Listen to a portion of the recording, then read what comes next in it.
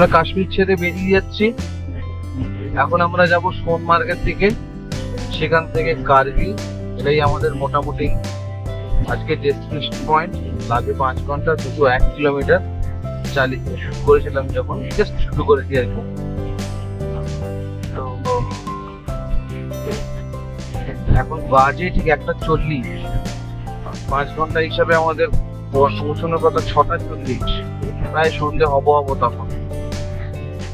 তো জাস্ট বেরিয়েছি, এখানে বিভৎস গরম, বেশ গরম, বেশ গরম এখানেতে। আর টেম্পারেচার না মনে করে প্রায় 18 এর কাছাকাছি তো বটেই। আর যেহেতু এখানে হিউমিডিটি বলে খুব একটা কিছু নেই, আছে কম, তো সেই কারণের জন্য গায়ে রোদটা চিপি করে লাগছে। দেখতে এসেছিলাম নিশাদ গার্ডেন, দেখলাম। এবার তারপরেতে বেরিয়ে এখন যাবো সোজা সোনমার্গ। ওটা দেখে রাস্তায় দিকেই পড়বে, দেখে সোজা একদম কার্গিল। আজকে আমাদের প্ল্যান ছিল সোজা নিয়ে চলে যাওয়ার, সেটা আর আজকে কোনোভাবে সম্ভব হবে।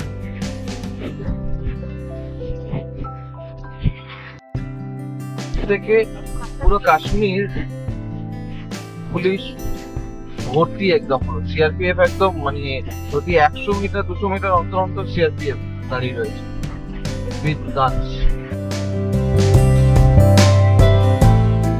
থেকে আমরা পুরো মানে ডাল লেকটাকে অন্তত বার 3 থেকে 4 বার চক্কর মেরেছি, তাই না? আরো বেশি হয় বোধ হয়। এত বড় লেক মোটামুটি কাভার করতে, একবার পেরিমিটারটা পুরো কাভার করতেই অন্তত 20 থেকে 25 মিনিট সময় লাগে অন্তত। 10 কিলোমিটার তো অনেক। হ্যাঁ, বেশি বই কম না। যে সাদা টোপটা রয়েছে, এই ডান দিকে পড়ে যাচ্ছে লেক।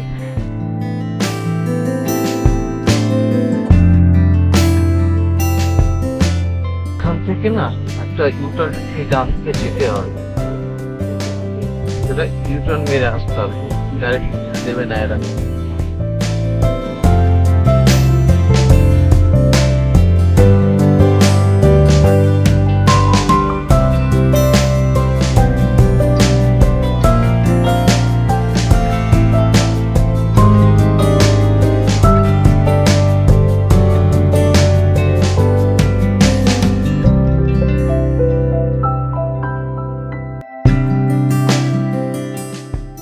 শ্রীনগর থেকে বেরিয়ে পড়েছি, আর এখন আমাদের গাড়ি এগোচ্ছে সোনমার্গের দিকে।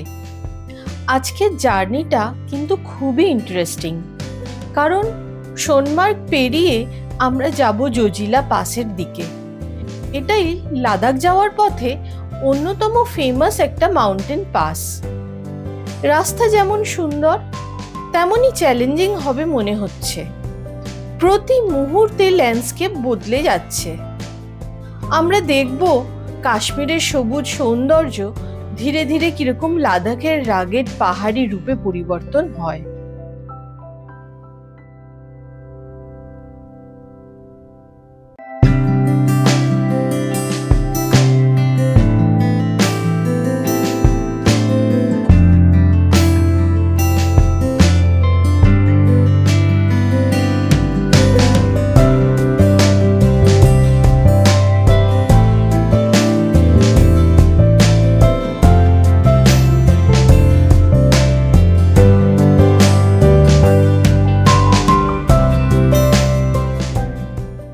এত উপরেতে এরকম একটা চওড়া রাস্তা হতে পারে, অলমোস্ট 4 লেন, অলমোস্ট 3 লেন তো দেখতেই পাচ্ছি, চওড়াটাতে প্রায়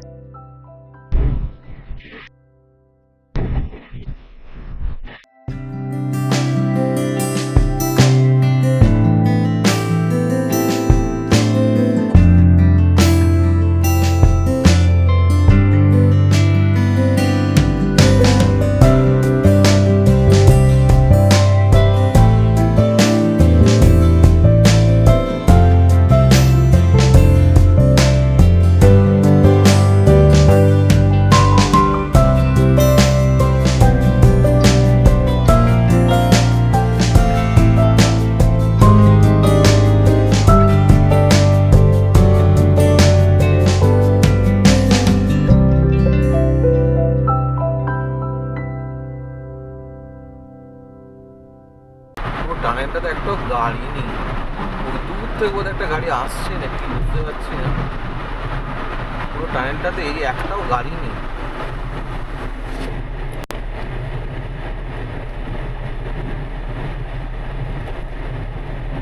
হ্যাঁ, উল্টো দিক থেকে একটা গাড়ি আসছে।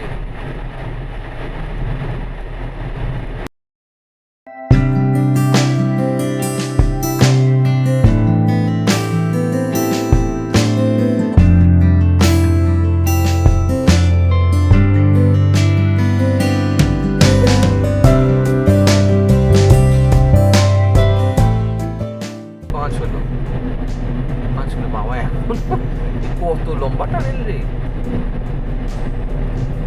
5 কিলোমিটার বাবু হয়ে গেল টানেলটা, এখনো পর্যন্ত আমরা বাইরে লাইট দেখতে পেলাম না।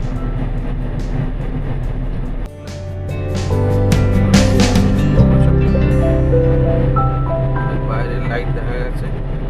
6 কিলোমিটার দীর্ঘ সুড়ঙ্গ, এত বড় সুড়ঙ্গ কেটেছে ভিতর ভেতর দিয়ে। হ্যাঁ, পাহাড়ের পিঠের ভেতর দিয়ে এই সুড়ঙ্গ।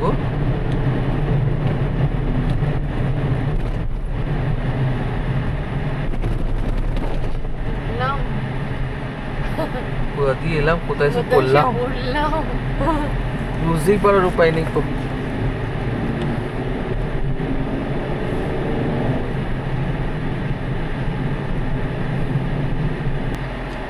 এখান থেকে কার্গিল বলছে 123 কিলোমিটার, সোনমার্গ মাত্র 3 কিলোমিটার, আর লেহ 308। এবার জজিরা টানেল প্রজেক্ট আসছে। জজিরাটাকেও কি টানেল করে দেবে নাকি?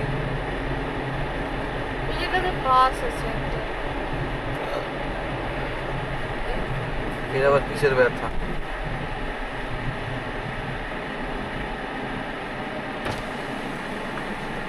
किस चीज का पर्ची भाई, किसका?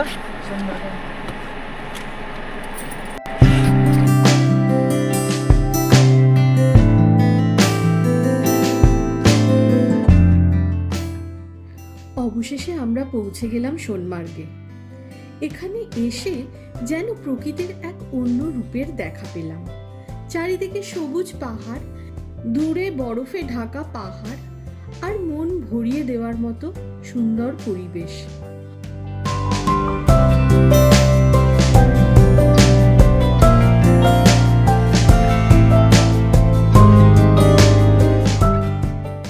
অনেক পর্যটক এখানে 1 বা 2 দিন কাটিয়ে যান।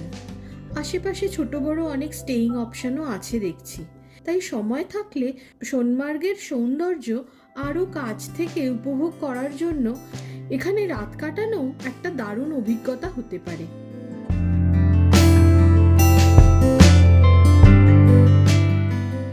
আমরা কিছুক্ষণ এই অসাধারণ দৃশ্য উপভোগ করে আবার এগিয়ে যাব লাদাখের পথে, জজিলা পাসের দিকে।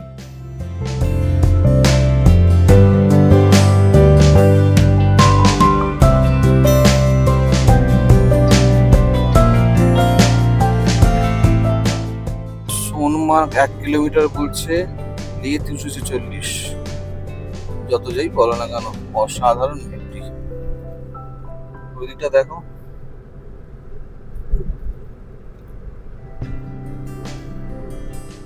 ক্যাম্পিং ফ্যাম্পিং হচ্ছে ওদিকটাতে।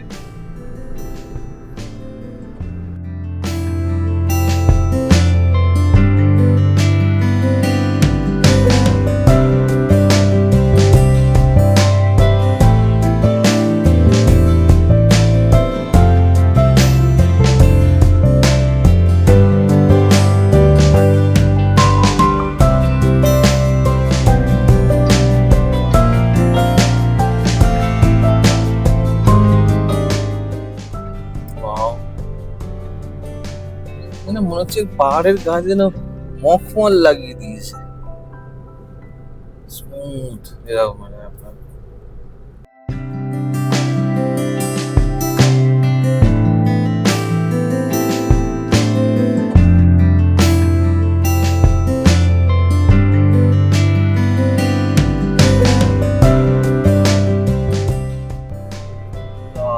লাগছে ভাই।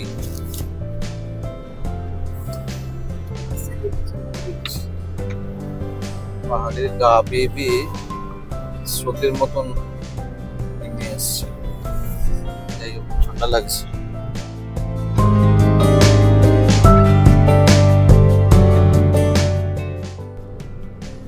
কিরকম লম্বা হয়ে ঢালু হয়ে কিরকম ঘাস জমি নেমে এসছে।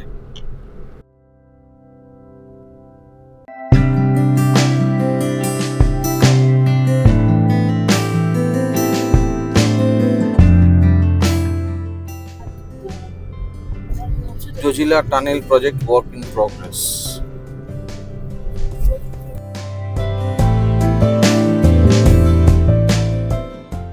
সোনমার্গ ছেড়ে আমরা এবার এগিয়ে চলেছি জজিলা পাসের দিকে।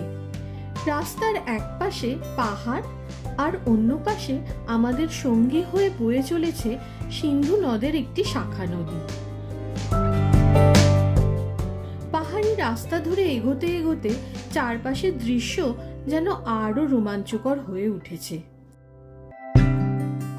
যত সামনে এগোচ্ছি ততই সবুজের আধিক্য কমে এসে দেখা দিচ্ছে রুক্ষ পাহাড়ি ভূপ্রকৃতি। কাশ্মীরের নরম সৌন্দর্য ধীরে ধীরে বদলে যাচ্ছে লাদাখের কঠিন অথচ মোহময় রূপে।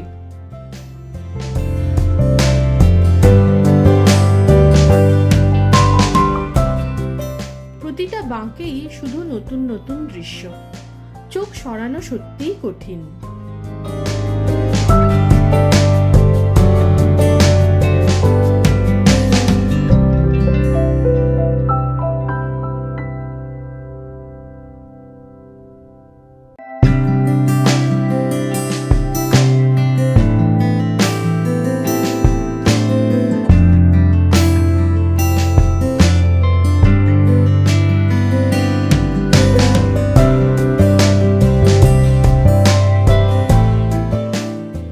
যতই জজিলার দিকে এগোচ্ছি রাস্তা ততই সরু আর আঁকাবাঁকা হচ্ছে।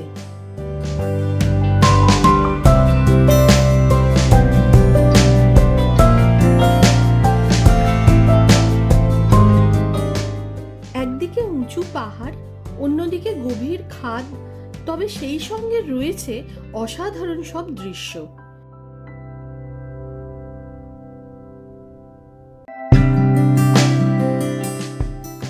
এই রাস্তাটাই কাশ্মীর ভ্যালি আর লাদাখকে যুক্ত করে, তাই এর গুরুত্বও অনেক।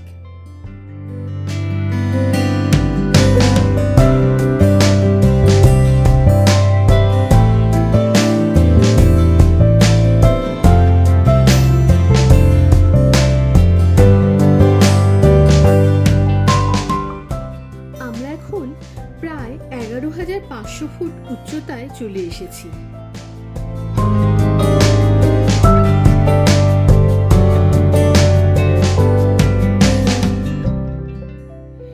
রাস্তাটা বছরের বেশ কয়েক মাস তুষারপাতের কারণে বন্ধ থাকে।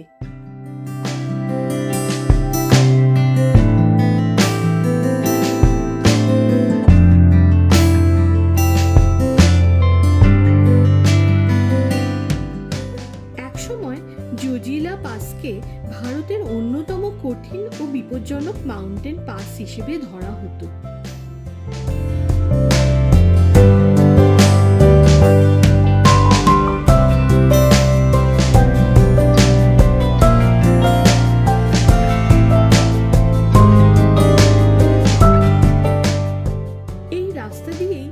ভারতীয় সেনাবাহিনীর রসদ, যানবাহন এবং প্রয়োজনীয় সামগ্রী লাদাখের বিভিন্ন জায়গায় পৌঁছে দেওয়া হয়।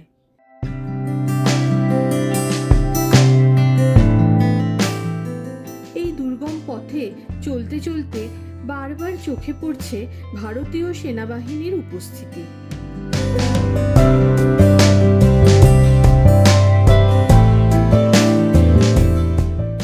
মনে হচ্ছে প্রতিকূলতাকে সঙ্গে করে তারা নিত্য নৈমিত্তিক সবকিছুর মধ্যেও এইভাবে দিন রাত্রি আমাদের জন্য দায়িত্ব পালন করে চলেছেন।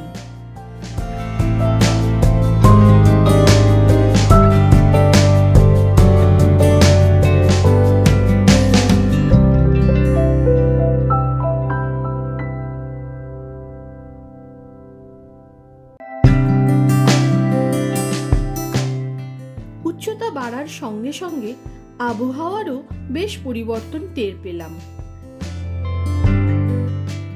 কিছুক্ষণ আগেও আকাশ ছিল একদম পরিষ্কার।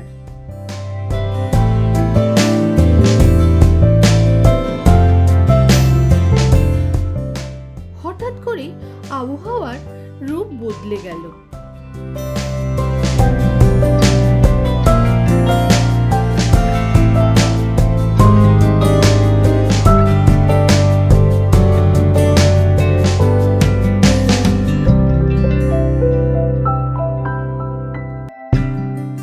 চারিদিকে মেঘ আর ঝিরিঝিরি বৃষ্টি।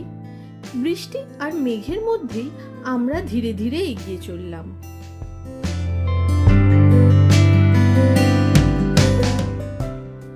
রাস্তার অবস্থা এখন আরো বেশি চ্যালেঞ্জিং মনে হচ্ছে। 0 পয়েন্টে একটু দাঁড়িয়ে এগিয়ে চললাম আমরা।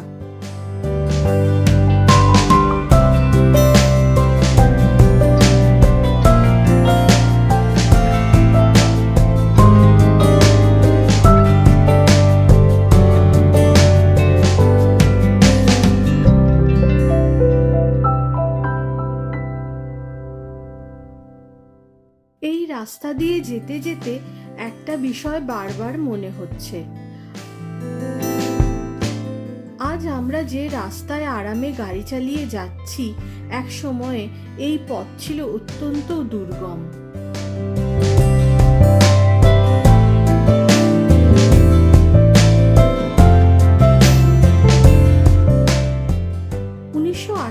সালে জজিলা পাসে ভারতীয় সেনাবাহিনী একটি ঐতিহাসিক অভিযান চালায়।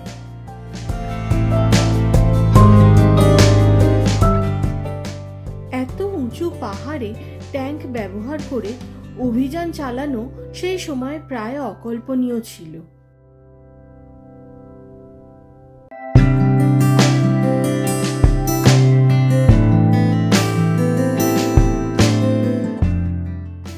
কিন্তু ভারতীয় সেনাবাহিনী সেই অসম্ভবকেই সম্ভব করে তুলেছিল।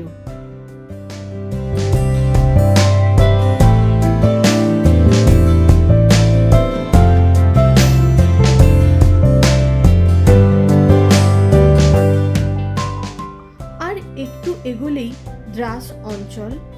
1999 সালের কার্গিল যুদ্ধের সময় এই পুরো এলাকা খুবই গুরুত্বপূর্ণ ছিল।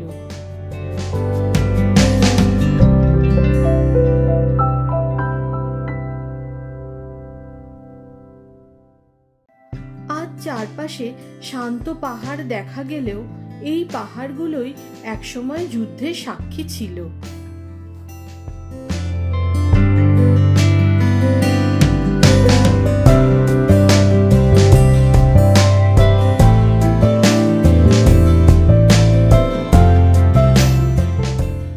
এখন আমরা এগিয়ে চলেছি দ্রাসের দিকে।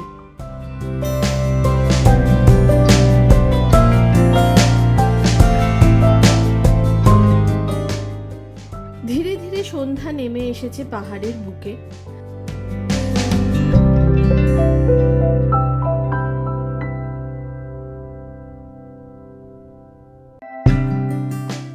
আর দেখতে দেখতে চারপাশ অন্ধকারে ঢেকে যেতে শুরু করেছে।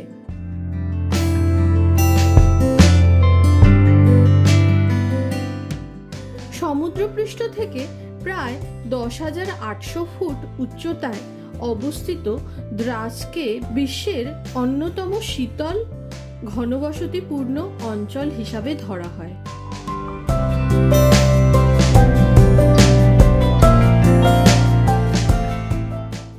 শীতকালে এখানে তাপমাত্রা অনেক সময় -30 থেকে 40 ডিগ্রি সেলসিয়াসের নিচেও নেমে যায়।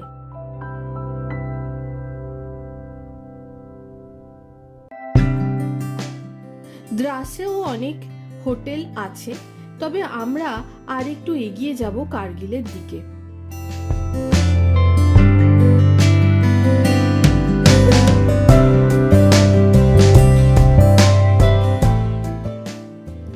দিনের আলো না থাকলেও পাহাড়ের নীরবতা আর ঠান্ডা হাওয়া বুঝিয়ে দিচ্ছে আমরা এখন সম্পূর্ণ অন্য একটা ভূখণ্ডে এসে পৌঁছেছি।